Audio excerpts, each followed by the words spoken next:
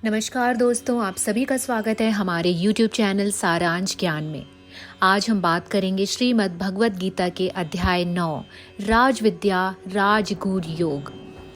भगवान कृष्ण ने कहा, हे अर्जुन, अब मैं तुझ ईर्ष्या न करने वाले के लिए इस परम गोपनीय ज्ञान को अनुभव सहित कहता हूँ, जिसको जानकर तू इस दुख रूपी संसार से मुक्त हो जाएगा।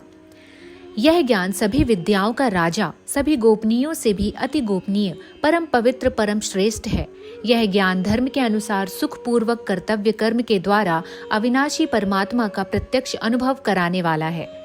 हे परंतप, इस धर्म के प्रति श्रद्धा न रखने वाले मनुष्य मुझे न प्राप्त होकर जन्म मृत्यु रूपी मार्ग से इस संसार में आते जाते रहते हैं।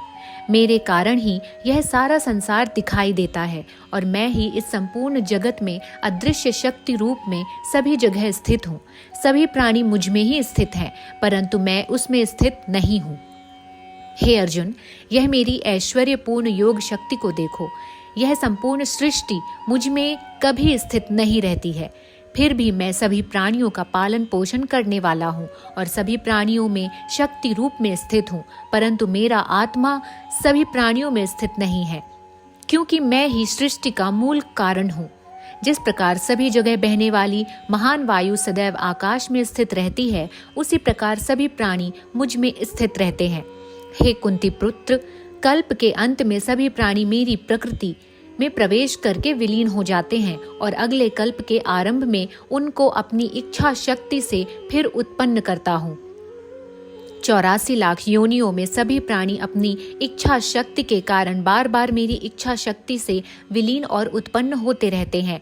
यह सभी पूर्ण रूप से स्वतः ही मेरी इच्छा शक्ति के अधीन होते हैं। हे धनंजय, यह सभी कर्म मुझे बांध नहीं पाते, क्योंकि मैं उन कार्यों में बिना किसी फल की इच्छा से उदासीन भाव में स्थित रहता हूँ। हे कुंती पुत्र, मेरी अध्यक्षता में मेरी भौतिक प्रकृति सभी चर और अचर जीव उत्पन्न और विनिष्ट करती रहती है। इसी कारण से यह संसार परिवर्तनशील है। मूर्ख मनुष्य मुझे अपने ही समान निकृष्ट शरीर आधार वाला समझते हैं, इसीलिए वह सभी जीवात्माओं का परम ईश्वर वाले मेरे स्वभाव को नहीं समझ पाते। ऐसे मनुष्य कभी न पूर्ण होने वाली आशा में, कभी न पूर्ण होने वाले कर्मों में और कभी न पूर्ण होने वाले ज्ञान में विशेष रूप से मोहग्रस्त हुए मेरे मोहने वाली भौतिक प्रकृति की ओर आकृष्ट होकर निश्चित रूप से राक्षसी प्रवृत्ति और आसुरी स्वभाव धारण करते हैं। हे प्रथापुत्र, मोह से मुक्त हुए महापुरुष देवीय स्वभाव को धारण करके मेरी शरण ग्रहण करते हैं और मुझको सभी जीवात्माओं का उद्गम जानकर अनन्य भाव से मुझ अविनाशी का स्मरण करते हैं। ऐसे महापुरुष दृढ़ संकल्प से प्रयत्न करके निरंतर मेरे नाम और महिमा का गुणगान करते हैं और सदैव मेरी भक्ति में स्थिर होकर मुझे बार बार प्रणाम करते हुए मेरी पूजा करते हैं। कुछ मनुष्य ज्ञान के अनुशील द्वारा यज्ञ करके, कुछ मनुष्य मुझे एक ही तत्व जानकर, कुछ मनुष्य अलग अलग तत्व जानकर अनेक विधियों से निश्चित रूप से मेरे विश्व स्वरूप की पूजा करते हैं। हे अर्जुन, मैं ही वैदिक कर्मकांड को करने वाला हूँ, मैं ही यज्ञ हूँ, मैं ही पितरों को दिए जाने वाला तर्पण हूँ, मैं ही जड़ी बूटी के रूप में औषधि हूँ, मैं ही मंत्र हूँ, मैं ही घृत हूँ, मैं ही अग्नि हूँ और मैं ही हवन में दी जाने वाली आहुति हूँ। इस संपूर्ण ब्रह्मांड का मैं ही पालन करने वाला पिता हूँ, मैं ही उत्पन्न करने वाली माता हूँ, मैं ही मूल स्रोत दादा हूँ, मैं ही इसे धारण करने वाला हूँ, मैं ही पवित्र करने वाला ओमकार शब्द के जानने योग्य हूँ, मैं ही ऋग्वेद सामवेद यजुर्वेद हूँ, मैं ही सभी प्राप्त होने वाला परम लक्ष्य हूँ, मैं ही सभी का भरण पोषण करने वाला हूँ, मैं ही सभी का स्वामी हूँ, मैं ही सभी के अच्छे बुरे कर्मों को देखने वाला हूँ, मैं ही सभी का परम धाम हूँ, मैं ही सभी की शरण स्थली हूँ, मैं ही सभी से प्रेम करने वाला घनिष्ठ मित्र हूँ, मैं ही सृष्टि को उत्पन्न करने वाला हूँ, मैं ही सृष्टि का संहार करने वाला हूँ, मैं ही सभी का स्थिर आधार हूँ, मैं ही सभी को आश्रय देने वाला हूँ और मैं ही सभी का अविनाशी कारण हूँ। हे अर्जुन, मैं ही सूर्य रूप में तप कर जल को भाप रूप में रोककर बारिश रूप में उत्पन्न होता हूँ। मैं ही निश्चित रूप से अमर तत्व हूँ, मैं ही मृत तत्व हूँ, मैं ही सत्य रूप में तत्व हूँ और मैं ही असत्य रूप में पदार्थ हूँ।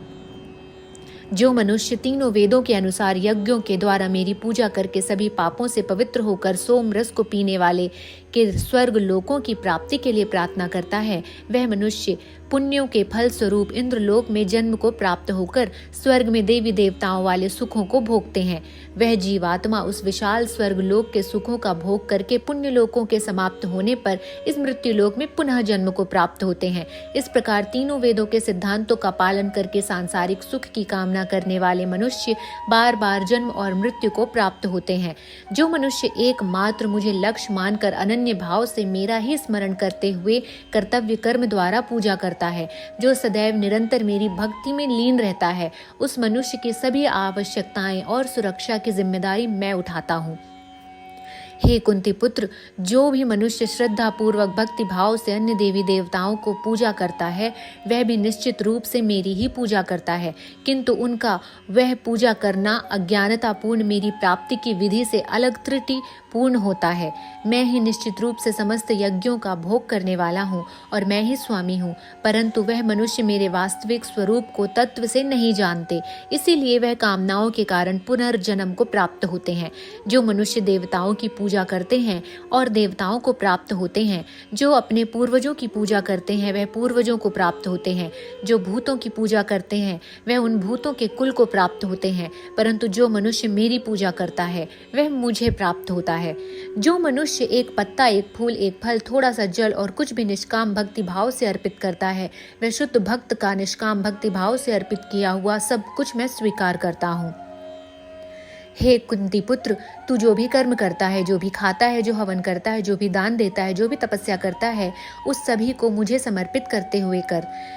इस प्रकार तू समस्त अच्छे और बुरे कर्मों के फल के बंधन से मुक्त हो जाएगा और मन से सभी सांसारिक कर्मों को त्याग कर मन को परमात्मा में स्थिर करके विशेष रूप से मुक्त होकर मुझे ही प्राप्त होगा। मैं सभी प्राणियों में समान रूप से स्थित हूँ। सृष्टि में ना किसी से द्वेष करता हूँ और ना ही कोई मेरा प्रिय है, परंतु जो मनुष्य शुद्ध भक्ति भाव से मेरा स्मरण करता है तब वह मुझ में स्थित होता है और मैं भी निश्चित रूप से उसमें स्थित रहता हूँ।